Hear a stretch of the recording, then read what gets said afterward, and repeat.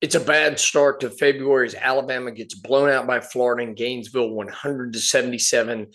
Bama drops to 14-7 overall and 4-4 in the SEC. Alabama's tournament seeding is slipping as the losses in the SEC keep piling up. Alabama has a Florida Todd Golden problem, just like they have a Tennessee Rick Barnes problem. Welcome to another episode of the Bamateur Hour podcast. I am Bama John. This is a quick reaction to Alabama's loss to Florida on Sunday. Today is Monday, February 2nd, 2026, in the year of our Lord. Thank you for tuning in. Yes, it's Groundhog Day. Winter is in full force for us here in Alabama. And anyway, thank you for tuning in. We now have over 8,900 subscribers to the YouTube channel and growing, headed to 10,000 and beyond. All right, what happened in this game? Alabama got blown out. Alabama keeps losing to Florida, and Alabama has a Florida Todd Golden problem. Alabama now has a 5-game losing streak to Florida. So what happened in this game? In the first half, Alabama and Florida battled. Alabama was hanging tough. With 5 minutes to go, Alabama was down just 32-30, and then Florida goes on a 14-6 run to close out the first half and take a 10-point lead into halftime, up 46-36. And the Florida Bigs just outplayed the Alabama Bigs. That's the story of the game. Florida Bigs outplayed the Alabama Bigs, and the Alabama guards and wings were not able to do what they needed to do to keep pace with Florida and keep Alabama in the game. First half stats, Florida had 6 steals and Alabama had no steals. Alabama had 9 turnovers. Florida had no turnovers. That's right. Florida did not turn the ball over in the first half. Points off of turnovers. Florida had 12 points off of those turnovers. Alabama had no points off of turnovers. Fast break points. Florida had 15 points. Fast break points. Alabama had none. And points in the paint. Florida had 32 points in the first half in the paint to 12 for Alabama. Florida Bigs just dominated. Florida defense just dominated. And it was a tough close to the first half, last 5 minutes of the first half. And then in the second half, Alabama comes out. They were flat, and Florida goes on a 12-0 run to extend the lead to 22 points. 58-36 before Alabama scores its first basket in the second half. And Alabama went scoreless for the first 5 minutes of the second half and didn't score until there were 14 minutes and 29 seconds left in the game. And by that point, the game was over.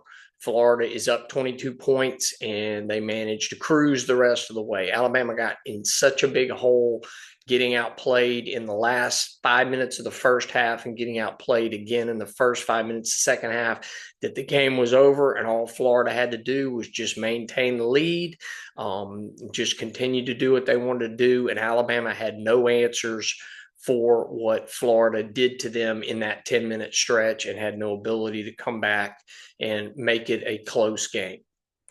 So I'm not going to say that Alabama had a star of the game, but Aiden Holloway is that star of the game. If you want to say any player played well, Holloway had 19 points. He had 3 rebounds and 3 assists, but he also had 3 turnovers. Not good. Other notable performances from Alabama players in this game: LeBaron Philon had a subpar game, scoring 15 points, but he had 5 turnovers. It was just bad. Too many turnovers. Didn't handle the Florida pressure, even though the Florida guards did nothing special on the offensive end. The Florida defense was fierce, and Alabama did not handle the ball pressure as they turned the ball over repeatedly. So LeBaron Philon did not have a great game, yet still had 15 points. That's the story of the season for Philon, is even when he doesn't have a great game, he still finds a way to get 12, 13, 14, 15, 16 points. So not a great game from Philon, and still he puts up 15. Aiden Sherrill had 13 points, had 5 rebounds and 5 assists, but still the Florida bigs dominated the Alabama bigs. Charles Bediako had 6 points, 7 rebounds, 4 blocks, but also had 2 turnovers. And really, Sherrill and Bediako competed, but basically the Florida bigs had their way with the Alabama bigs, and Alabama's guards were not able to do enough to counteract how dominant their bigs were, and Alabama gets blown out by 23.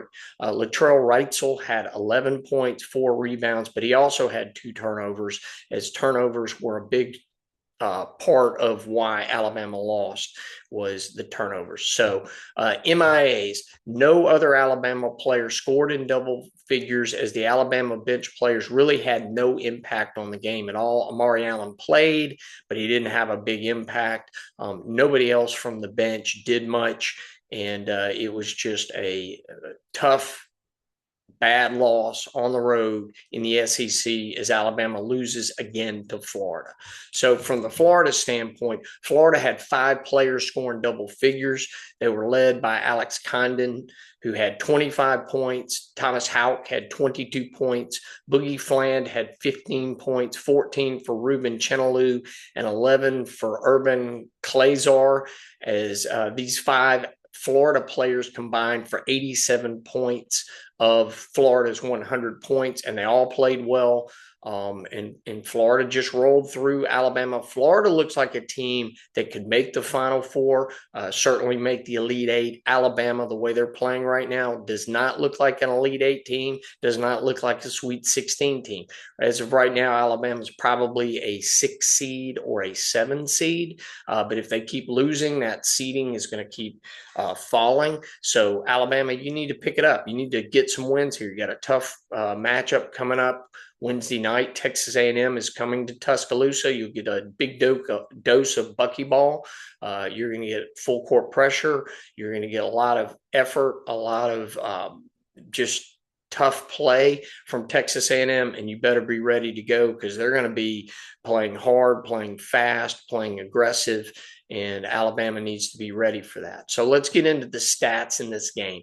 Basically, Florida's bigs outplayed Alabama's bigs, just like Tennessee's done, just like Texas did. Our bigs are just not up to the task against really high-level competition this year. And even with Bediako in the lineup, we couldn't hang. We could not compete with them.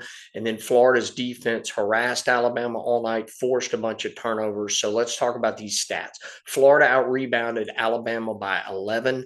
Florida had 44 rebounds to 33 for Alabama. So their bigs outplayed our bigs, hit the boards hard, and we couldn't handle that. Florida outscored Alabama 72-26 in the paint. That's right. This Nate Oates team with shoot threes and take the ball to the basket, not effective. We didn't get good looks at threes, and we couldn't score in the paint, and Florida scored 72 points in the paint to just 26 for Alabama. That's not good enough, not going to do it. Our bigs are a problem. Florida had 26 fast break points to just 3 for Alabama.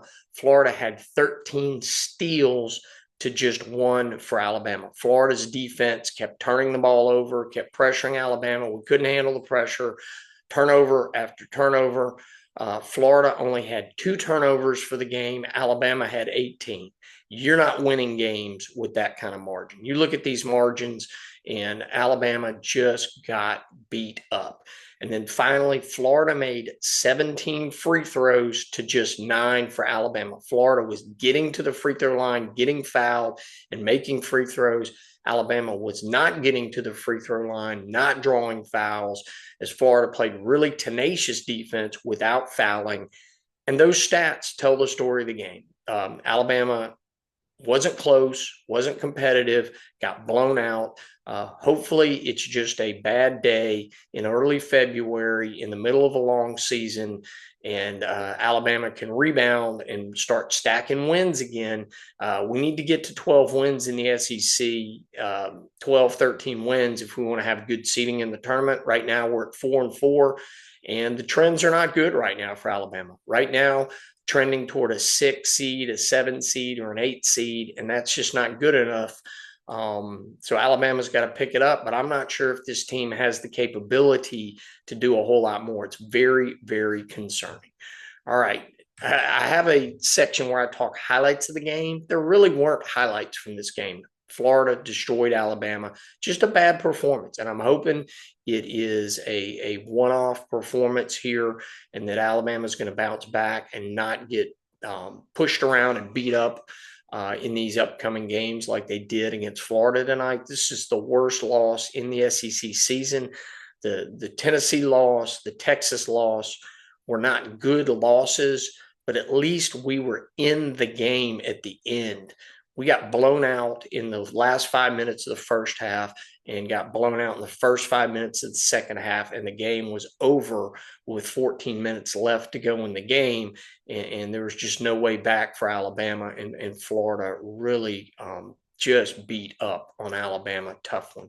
So what were the issues from the game? Number one, too many turnovers. You cannot have 18 turnovers and the opposition only turns the ball over 2 times. That's a 16 turnover margin. That is awful. Really bad. Poor offensive ball movement by Alabama, poor execution on the offensive end. There was too much one-on-one, too many times. Phylon, Holloway, Reitzel were trying to just go one-on-one against their man, make a move, get a shot off, and they couldn't do it, or they dribble into double team, they turn the ball over. It was just really bad offensive execution. Got to be better. If we want to get where we want to go, we got to play better. We got to execute better than that. It was really, really bad. Other issues, Alabama was down 2 points with 5 minutes to go in the first half. And over the next 10 minutes, the last 5 minutes of the first half, the first 5 minutes of the second half, Alabama went from down 2 to down 22. They put a 20-point margin on us in that 10-minute stretch of the game, and the game was over from there.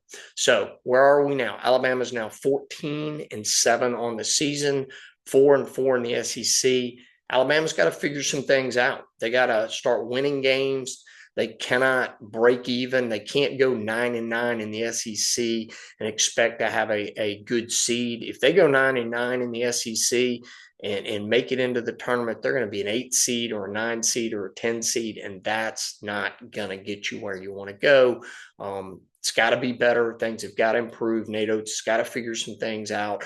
The bigs, the offensive execution, the ball movement, better defense, better rebounding. They just got really beat up by Florida. And this is not a great Florida team. They have a great front court, but their back court is not anywhere nearly as good as they were last year. This Florida team is not as good as the team was last year. Florida is not going to win a national championship. Could they get hot and make the Final Four? Maybe. Could they make the Elite Eight? Yes. Are they a Sweet 16 team? I think so. But this is not a national championship Florida team, and we got humiliated. It's got to be better. So Bama's got to get healthy. I don't think our players are all healthy. I'm not sure Amari Allen's healthy and ready to go. We've got to get our full roster back. We need to figure things out.